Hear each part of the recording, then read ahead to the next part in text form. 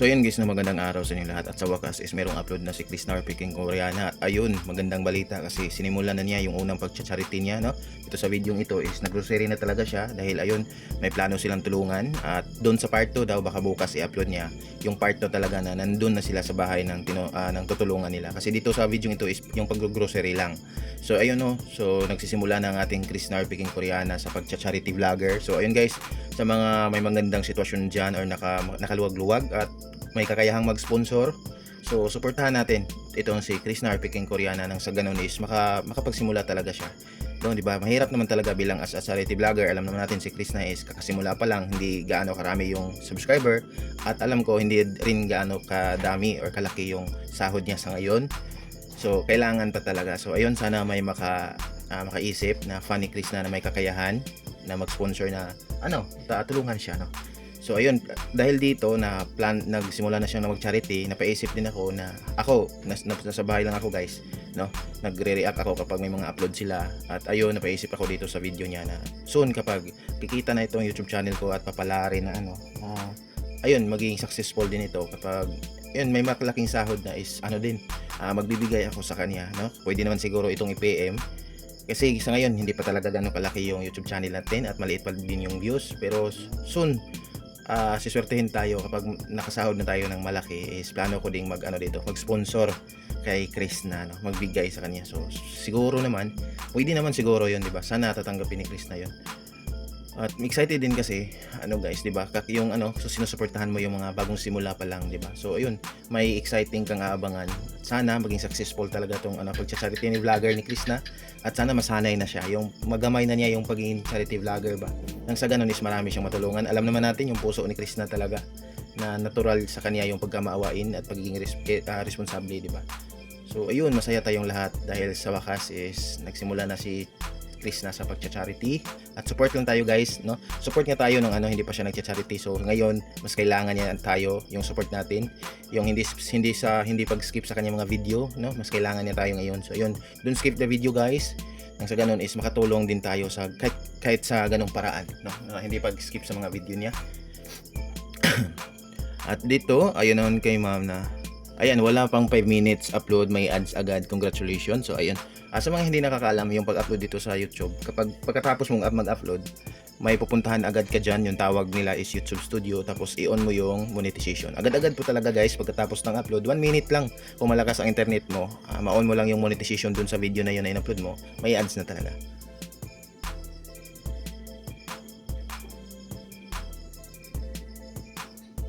Ayan, nakaka-proud ang aming prinsesang malakas. Nagsisimula na mag-spread wings at adhikain na sinimulan. More blessing to come, langga. So ayun nga, no, lang talaga guys. Masaya lang talaga tayo na yung sinuportahan natin sa wakas is nagsimula nang magbahagi ng blessing sa iba, no, sa mga nangangailangan.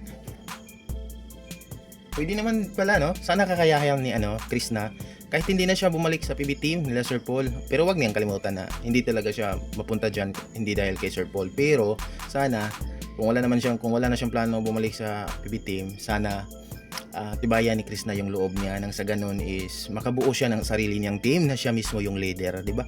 Sa pagkatao naman ni Chris na, daw siya gumalaw, nakikita ko naman na kaya niyang mag-handle ng mga tao, no? Yun, masaya, exciting na sana mangyayari yun, at sana masanay siya sa pagbablog.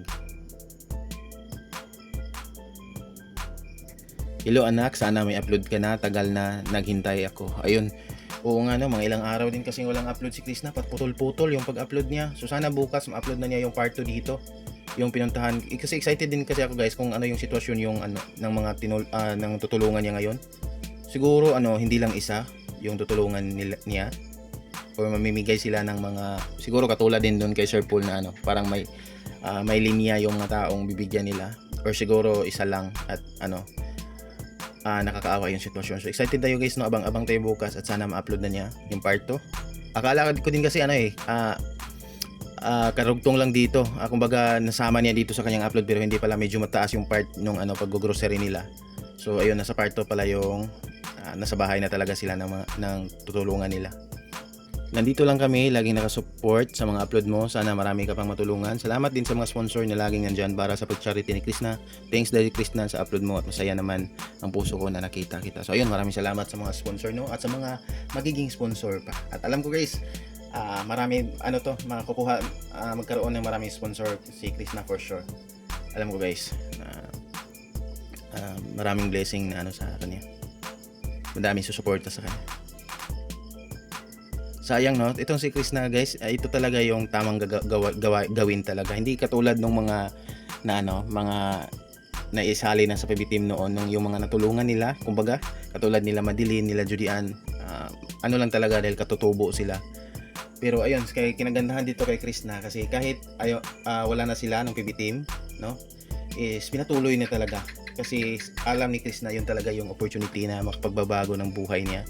So yun yung kinaibahan kay Krishna, hindi katulad nung iba na nung wala na sa eksena ng PB team, yung mga ibang scholar, yung mga binitawan, yung mga ibang tinulungan is hindi na din sila, siguro kulang naman yung kaalaman nila, hindi sila gumawa ng YouTube channel, hindi sila nag-vlog kasi kahit binitawan na sila, pero kung gumawa sila ng YouTube channel, panigurado may magkaroon din sila ng subscribers at siguro at mabawi nila ulit yung pagmamahal ng tao nila noon.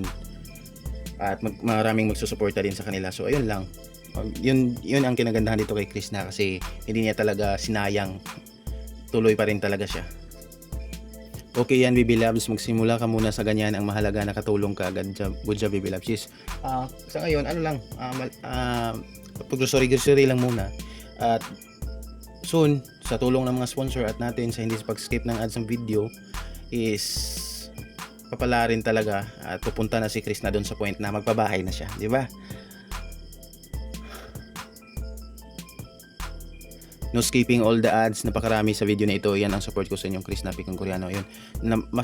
Kung mas maraming ads, mas maraming kita. Yun po yun. So kung mas maraming ads, so sana magkaroon kayo ng mahabang pasinisya na hindi skip yung ads, no? Patapusin nyo nang sa ganon mas malaki yung makikita na ma-generate sa video. Congrats ngayon pa lang si Krishna kasi hindi ka makakalimot kung saan ka galing. Share your blessings. Si God laging andyan sa kabutihan mo. First Charity Peking Koreana. Ayun, First Charity nga. So ayun guys, yun lang itong sa video ito no. So abangan natin bukas yung part 2 dito sa unang pagcha-charity ni Peking Koreana or Krishna. So excited na ba? Alam ko excited kayo. Excited din ako guys at nang sa ganon is subaybayan talaga natin yung pagiging charity vlogger niya. At ayun guys, plano ko din mag-sponsor sa kanya kung papalarin na maging successful itong YouTube channel ko. Soon, excited ako guys, no? Napaisip lang ako na ang sarap mag-sponsor sa kanya ba. Kapag may malaking sahod nang mai-generate din itong YouTube channel ko, magbigay tayo. Ayun, subscribe my YouTube channel guys at i-like itong video at peace and love lang tayong lahat at abang-abang bukas upload ni Krishna guys. Bye-bye.